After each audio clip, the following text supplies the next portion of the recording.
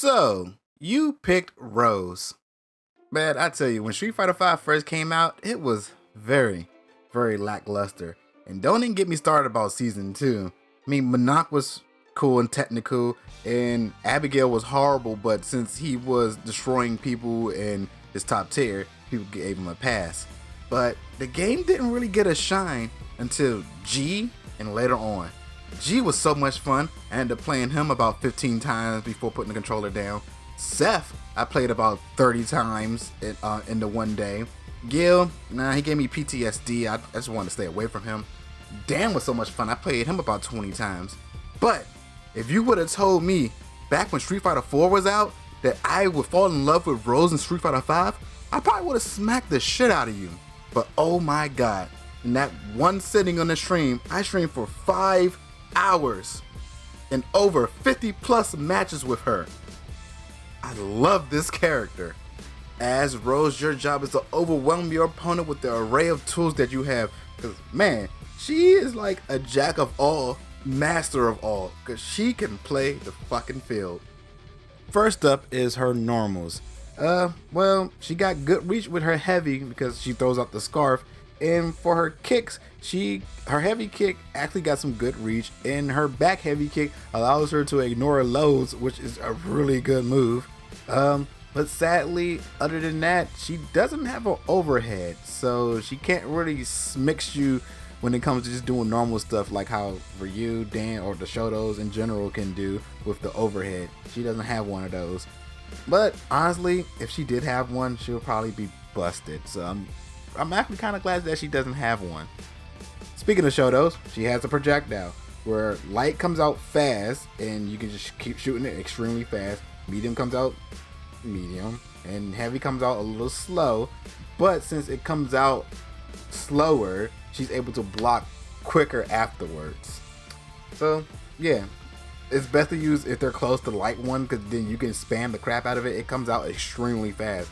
So you can just kind of devastate and overwhelm a person from a good non-hittable distance from their punches and kicks with her light projectile. And now, new to this game, she can do her projectile in the air, which, depending on light, medium, heavy, the trajectory of the shot, where light is basically almost downwards, medium is a 90% angle. I said 90%, 90 degree angle, and while heavy can almost go full screen. Well, actually, it does go full screen. But all in all, I advise you not to try to do that when they're close to you, because if you shoot the light fireball right under you and hit them, they're gonna hit you back. She has no recovery after that. You will get punched if you was able to hit them with a light fireball, unless they was in the air with you and you knocked them down. Speaking of which, the best move to do in the air is her jumping medium punch, because right after jumping medium punch, you can do your projectile. So if you can predict the jump and both y'all in the air, hit them with the medium punch. Her drill attack is back, and luckily this time it's nothing like Street Fighter 4 where it's safe afterwards. It's now punishable, which thank goodness, because I always thought that was annoying. So that's fair that you can punish this. But this is her go-to ender, which one of your bread and butters is going to be standing medium, crouching medium to the drill. So yeah, just like how Dan does it with his, how Ryu does it with his. You can use her projectile, but you only can use the light one since it comes out fast enough. Medium and heavy will get blocked. Same thing with heavy drill. It takes too long to come out, so that can get blocked. So medium drill, light drill, or light fireball after, your bread and butter combos. Her newest attack, which is basically like a little soul projectile mine, allows her just to put a spot of her little energy orb, and then a few seconds later it blows up. So it allows her to apply pressure on far away. Like, she can knock you back, then put one right over you, so now when you get up it explodes, which is a pretty good technical setup. It's kind of hard to place them sometimes, but the enhanced version, it takes a little bit to come out, but it hits on contact and explodes with a knockup. So if you do catch them with that, you can jump up to that medium punch I was talking about to a projectile. And also it absorbs projectiles, so you can just put one dead in front of somebody and they shoot the projectile, it's just gonna blow up in their face, which you can kind of do on start if they don't just straight throw a projectile. Like, let them throw out the first one, block it, then do it. It's gonna pop up in their face, and then it's gonna get absorbed and blow up in their face. It's a pretty decent move. It's you gotta be really good on the setups. I don't use it that much. I normally just use her for combos within her V Trigger 2, which I'll explain more later, but here's a little preview.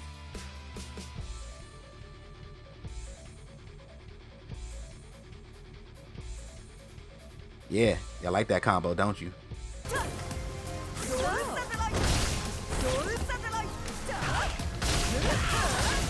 Ah, I did the wrong attack. Ooh. Let's go! Let's go! Somebody clip that one. We out here destroying shit. You win. Hey, remember her first Ultra in Street Fighter 4 where she tasers the crap out of you? Now it's an anti-air regular move. Well, not regular move, super move. Just not an Ultra move. But yeah, now her anti-air, instead of her jumping up there and throwing you back to the ground, she shoots out her scarf and tasers the crap out of you. And it got different angles. So light one basically almost goes straight up. It's kind of like the same thing with her air projectile, the angles. And for the enhanced version, she wall bounces you, so then you can hit them with the drill afterward, which is a good combo ender when they're in the air. I use this a lot. It's really good. And if they jump, you can just snatch them out the air with that. So it does a fairly good amount of damage. So yeah, if you see them jumping, go for it. Now for them V skills and V triggers. V skill 1, the heart of the cards. It allows her to randomly draw a card. Well, you can see what the card that you're about to use right now on screen, but the next card is always random, which honestly, I kind of was being stupid. I thought the gray card meant you was out, and the little, what you do for the gray card restocks the cards the longer you hold it. Because it seemed like every time I drew a card and just pressed it after that one, I always got the gray card next. So I thought that meant you was out of cards, and that was the refill. So no, they're all random. It's always random. But red gives you an attack buff. Green, teal, blue, whatever you want to call that color, gives them attack down. Their next hit is not going to hurt that much. Purple makes their chip and damage down, which means you can hit them harder, and when they block their chip, you get more chip. And gray allows you to, as long as you hold it, get V meter back. But the thing is, if you connect any of those cards, the green and purple card, when you throw at them, you build meter. When you activate the red card, you build meter. So that one just builds a little bit more meter than the other ones, but they all build meter in the first place. Also, they can't block the card. They can do a block animation, but it will still affect them. So it's kind of like Fang, whatever the hell he's called. But you don't do the block animation when you see his poison coming at you, that one V skill he got. But it's kind of like that. So they can't block it. They will still get the effects. But if they hit you, for like the purple one, it will disappear. The green one, of course, will disappear after they hit you, but there's still be an effect, so the attack is down for that one hit they hit you with. And of course, the same thing with you. With your attack buff, you get hit, you lose it. And they last for a good amount of time. I want to say about 5 seconds. That's a long time for a fight. So yeah, Heart of the Cards is a pretty decent one. But when I tell you about the next one, you're going to be like, yeah, no. But V Trigger 1, she awakens her inner Nash and gets the ability to teleport, which is some good mixing. You can shoot the projectile and teleport on the other side, or teleport above them for some air juggling combos, or teleport backwards if you want to get away from them. But the thing is, this is honestly kind of predictable. When I ran into other Roses online, they activated. I know what you're going to do now. You're going to try to cross me with the teleport. I waited, baited. So yeah, it's kind of really predictable unless you're doing it in a combo already, which you need to do it for. But honestly, the next one I'm about to talk about is again better, so there's no point in even really using this one unless you just like that one. Remember that other Ultra she had? Now it's her V skill 2, and man, it is busted. This thing allows you just to extend combos like her slide kick. You usually can't do nothing out of that slide kick, but thanks to Soul Satellite, you can combo out of it now. You can go to slide kick, hit him with the orb into a combo. Man, this thing is ridiculous. It even anti-airs. It juggles. Oh my goodness. This thing is ridiculous. Once I started using this, I was having so much more fun. I was already having fun, but with this, I was having too much fun. This V skill is ridiculous. And it doesn't help that her second V trigger, double mode, allows her to just beast the living crap out of you. This thing is basically like custom combo mode. You can almost do any attack into any attack. Long as you got the range and the hit right, you can do a lot of stuff with her V-Trigger too. Long as you don't do the same thing, they won't bounce. But even so, here's just with one button what you can do with this.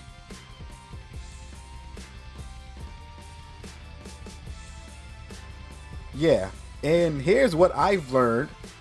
I try to do the drill.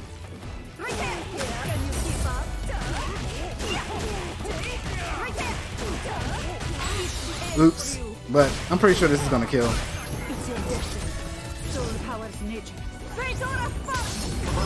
Okay, that kills from right there. On my own, not looking at no videos or anything, I learned this combo. And then I saw this combo online. And now I do this combo every now and then. As I say, see how you can combo into it with that one. So if I have full meter, I do my combo. If I have 2 bars, I do that combo. If I have no bars, I do that first combo. But all in all, you can figure out your own, because this is kind of fun. I've been labbing the crap out of this. This is like the funnest I ever had labbing with this V-Trigger. So I advise using V-Skill 2 and V-Trigger 2 because they're fucking busted and you can do a lot of damage with them. Rose is a great character. I'm pretty sure we're going to see her in some top 8 soon. And then her kit is at least simple enough for beginners to have some fundamentals with her. And then she is also skilled enough for them high technical characters. She is like a really overall great character. But of course she does have her flaws, like her wake up game sucks. She has to rely on V counter and V shift because other than that she has no way of dealing with pressure on wake up. So yeah, she has to deal with that. But other than that, she can apply pressure from far, close, medium. She is a really good ranged character. All in all, I didn't expect much from her, but she rose above my expectations and now my love stems deep. Double pun. That's how much I liked her. That I sat there trying to figure out a double pun for her.